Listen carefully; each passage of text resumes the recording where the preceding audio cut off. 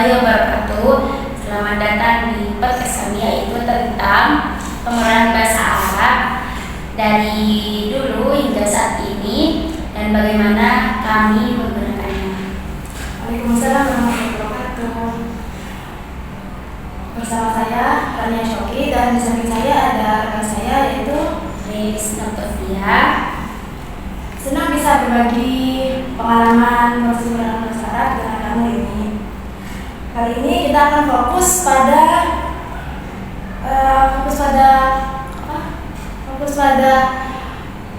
pengalaman kita dalam memperoleh bahasa Arab Dan menggunakannya.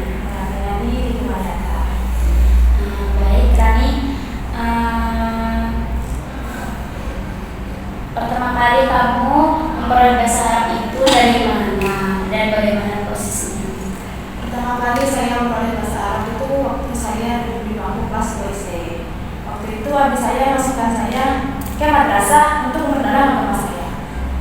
Di sana itu saya pertama kali diajarkan masih basic, alif harokat a dibaca a, alif harokat kasrah dibaca i, gitu. Nggak langsung baca, masih awal.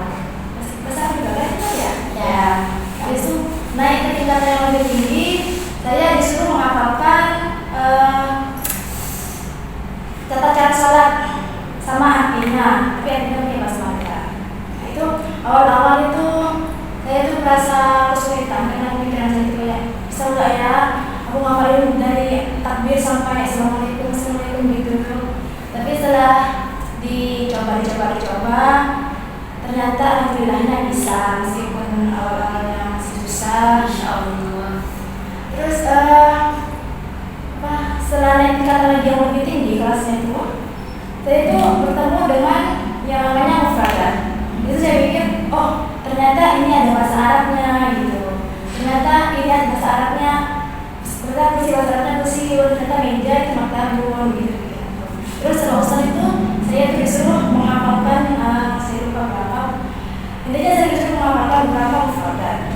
Itu karena saya di kelas bawah, jadi sebelum naik ke kelas 4 itu kan tadi sudah belajar menghafal tata cara sholat Ya, karena bahasa Arab juga.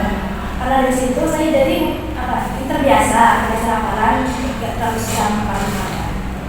Jadi bersama dengan itu saya juga dikenalkan dengan namanya nahwu dan soraf. Kalau menurut saya nahwu itu lebih susah dari soraf. Nahwu itu menurut saya itu lebih ke matematika, tapi versi bahasa Arab.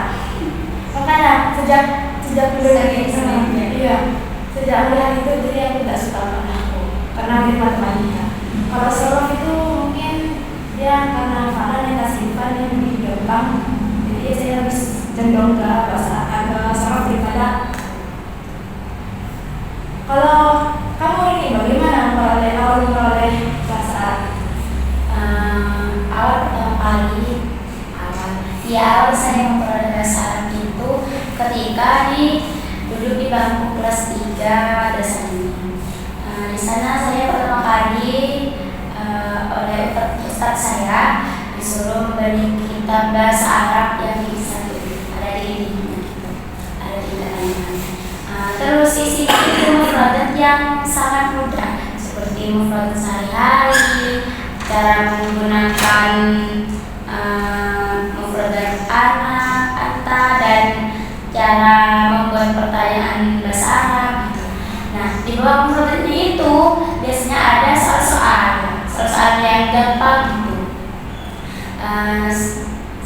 Setelah kita mempelajari mufradat yang di atas, yang bagian atas itu kita udah tahu artinya, udah tahu cara menyambung kalimat walaupun sedikit-sedikit.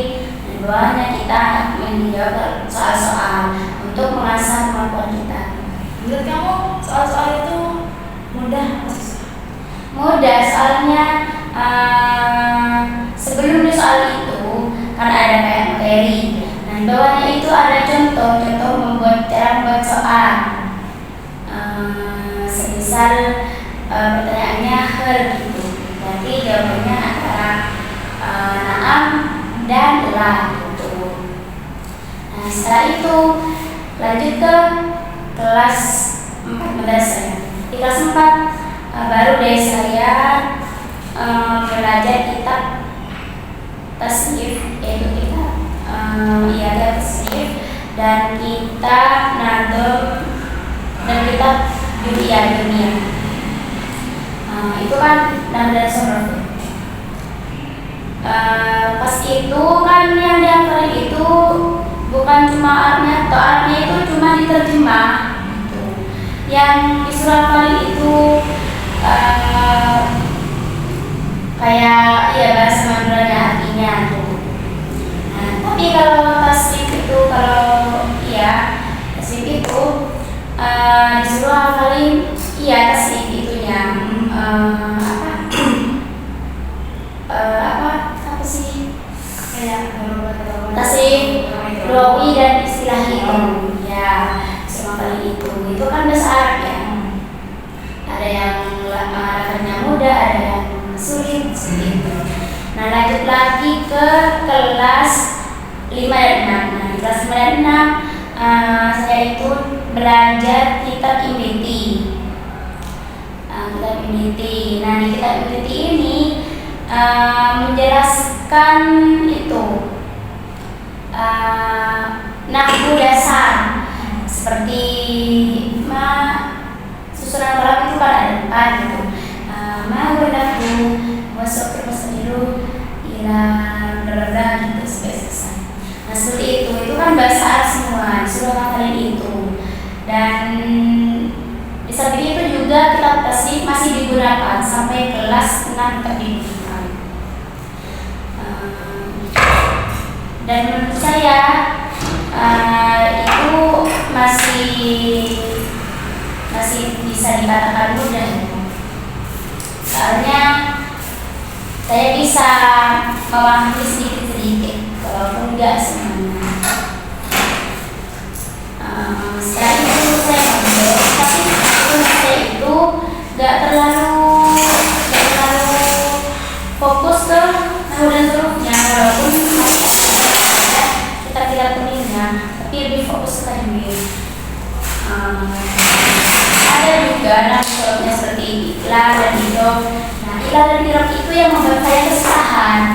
Maka dari situ saya awalnya pas masih madrasah itu suka kitab bahasa Arab, yaitu yang berbau bahasa Arab saya suka. Karena saya tidak suka karena i'rab dan i'rab itu sangat sulit gitu. Gak suka, terus malas mau belajar sendiri. Setelah itu, walaupun nggak suka ya kan ada kitab kuningnya, kan itu diterjemahkan bahasa Arab, itu pun nggak caranya. Ya, walaupun pada saya tidak suka, saya tetap mendengarkan apa yang katakan. Saya tetap memaknai, itu seperti itu. Oh iya, itu kan yang pertama kali saya tanyakan mengenai bahasa Arab kamu. Sekarang bahasa Arab itu kamu gunakan dalam konteks apa? Dulu ya, sudah aku bersedia.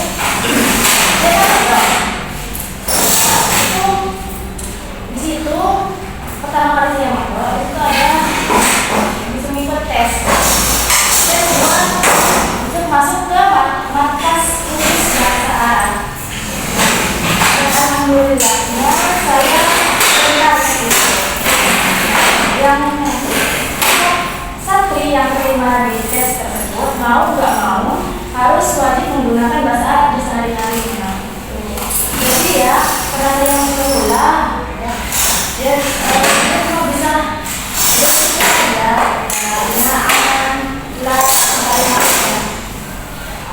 Arabnya intinya ya basic dari keuangan itu saya bukan sekarang. Kalau kamu bisa menggunakan bahasa Arab di kehidupannya, kalau dulu ya pas masih kecil ya seperti biasa bukan biasa cuma pakai bahasa Arab. Aku kira bahasa Arab yang gitu loh. Iya, Kalau yang itu di pondokku kan itu nggak ada markas aldiahnya. Jadi bahasa Arab itu hanya digunakan dalam kitab kuning saja, memaknai, ya seperti itu, ngasih harkat, dan kita juga untuk kaidah-kaidahnya. Tapi gak digunakan dalam berbicara seperti itu. Nah, tapi saya kan itu kuliah, terus nggak tahu kenapa tadi saya di bahasa Arab dan saya tidak bisa bahasa Arab. Jadi saya cuma sedikit sekali. Di semester 3 ini saya mondok di pondoknya Kiai Ghazali. Nah, di situ memang sangat memfokuskan ke bahasa Arab dan sehari-harinya itu menggunakan bahasa Arab. Ya, menghafal produk, terus belajar nahwu dan sarf juga. Terus ya sehari-harinya seperti semisal ada ila syirkat gitu kalau saya mau operasi. Terus kalau mau kamar ya datu ila teman gitu. kalau tidak bermasalah apa boleh? Sebenarnya kan yang baru itu belum bisa ya. Sebenarnya wajib, tapi kalau semisal memang tidak bisa gak usah dipaksakan. Kan tapi kan udah mondok di sana gitu, pasti tahu lah sedikit kalau syifah, dan lain-lain. Itu harus digunakan semisal Mbak, ayo kita beli itu snack di syirkah gitu. Gunakan syirkahnya tuh apa? Ini yang sudah lama di sana. Kalau pakai bahasa itu apakah itu ada sanksi? Enggak. Yang ada sanksi itu yang pakai bahasa Madura. Kalau bahasa Arab Indo emang diperbolehkan.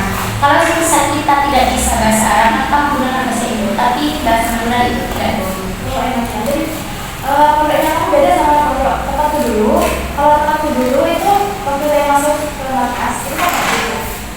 Itu nggak boleh bahasa Arab walaupun bahasa Indo nggak boleh. Jadi kalau semua digunakan bahasa Arab atau bahasa Indo, kita ada sanksinya. Sanksinya itu disuruh kita tanda tangan ke pusat-pusat pengurus. Itu pengurus pusatnya itu seperti itu. Iya. Jadi kalau itu enaknya. Ya, Masya Allah. Nah, walaupun saya kan masih ada kesulitan gitu. Dan ya, menurut kamu penggunaan bahasa Arab serta kamu menggunakan bahasa Arab tersebut paling termasuk dalam teori apa pada teori SLA itu? Kalau menurut saya lebih ke teori behaviorisme. Karena ya teori behaviorisme itu pengulangan. Jadi sejak saya kecil sampai sekarang itu saya lebih condong ke hafalan, pengulangan hafalan itu. Kalau yang lain tidak. Kalau menurut kamu lebih ke teori SLA? Kalau saya sendiri ya lebih ke teori SLA 2. Yang pertama behaviorisme dan yang kedua itu interaksionisme. Kenapa yang behaviorisme itu pas masih kecil kan ada hafalan gitu, bisa terkenal ustaz, sama ustaz di itu kalau ada yang salah diajarin lagi, diperbaiki gitu. Terus sama ustaz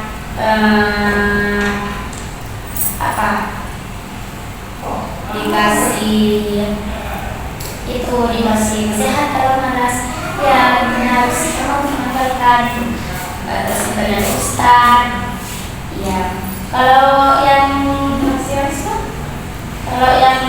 interaksionisme itu kayak pas di pondok sekarang pondoknya ustaz di sini itu kan langsung interaksi dengan teman. Oh, jadi aku juga termasuk kan aku Farkas itu juga itu dibenarkan sama mbak kayak itu yang berjauh. Apa itu? Aktivitas. Kalau yang dibenarkan atau disalahkan atau ditegur, iya kayak dinasihati itu termasuk ke behaviorisme. Nah, interaksi kamu dengan mbaknya itu ya, ya sama kayak aku, interaksi langsung dengan orang lain. Aku punya dua. Iya, sama hampir sama dengan saya. Oh iya, kan udah termasuk dalam dua dari SMA itu. Sudah cukup ya. Sudah cukup kita berbagi pengalaman tentang penggunaan bahasa Arab kita serta cara menggunakannya. Cukup sekian dari kami. Kurang lebihnya mohon maaf.